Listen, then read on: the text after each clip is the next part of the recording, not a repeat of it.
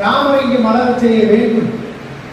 தாமரையினுடைய கொள்கைகளும் திட்டங்களும் ஐயா மோடியுடைய எண்ணங்களும் உலகம் முழுவதும் இருந்தாலும் கூட அமாவாசை கட்சியான திமுக கட்சி நம்மை மறைக்க பார்க்கும். எம்ஜிஆர் பாடினாரு, 1000 கைகள் மறைத்தாலும் ஆணவன் மறைவதில்லை. அது போல 1000 திமுக கைகள் மறைத்தாலும் ஐயா மோடியை எவனாலும் மறைக்க முடியாது. இந்தியாவிலே எஸ்ஐஆருக்கு பயப்படக்கூடிய ஒரே முதலமைச்சர் இருக்காங்க, அவர் ஸ்டாலின் தான்.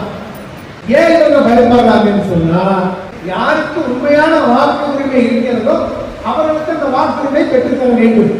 அந்த வாக்குரிமை இல்லாதவன் நம்ம பூத்துல இருந்தாலும் அவன் கண்டறிந்து தூக்கி வேண்டும். இதுக்கு தான் எஸ்ஐஆர் வரும். எஸ்ஐஆருக்கே பயலாம் நீங்க. ஐயா மோடி வந்தா என்னையா ஆவீங்க? காணாம போயிடுவீங்க.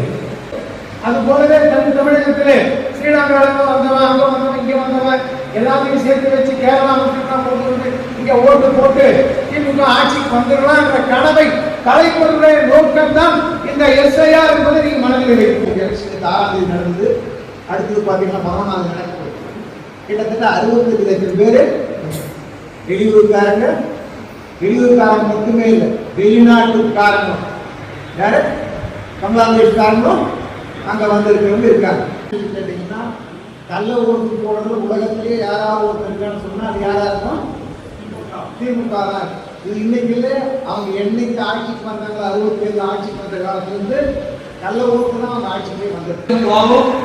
படிக்கிற காலத்துல எந்த கஷ்டப்பட்டு பிஹெச்டி வாங்கியிருக்கலாம். ஆனா பொய் சொல்றது இந்த பிஹெச்டி ராகுல் காந்தி வாங்கிட்டு இருக்காங்க. ராகுல் காந்தி அவர்களே, நீங்க அந்த ஒரு போட்டோ யாரோ பிரேசில் நாட்டை சேர்ந்த ஒரு அம்மாவோட போட்டோ, அது எங்களுக்கு தெரியல, உங்களுக்கு தெரியுது. ஏன்னா எந்த நாட்டில் யார் என்ன பண்ணாலும் உங்களுக்கு தெரியும். உங்களோட வேலை வெட்டி கிடையாது, எங்களுக்கு அதை பற்றி கவலை இல்லை. அதை பெருசா இருந்துக்கிட்டு நான் இது வந்து ஹைட்ரஜன் பாம் என்ன சொன்னாலே ஹைட்ரஜன் பாம்.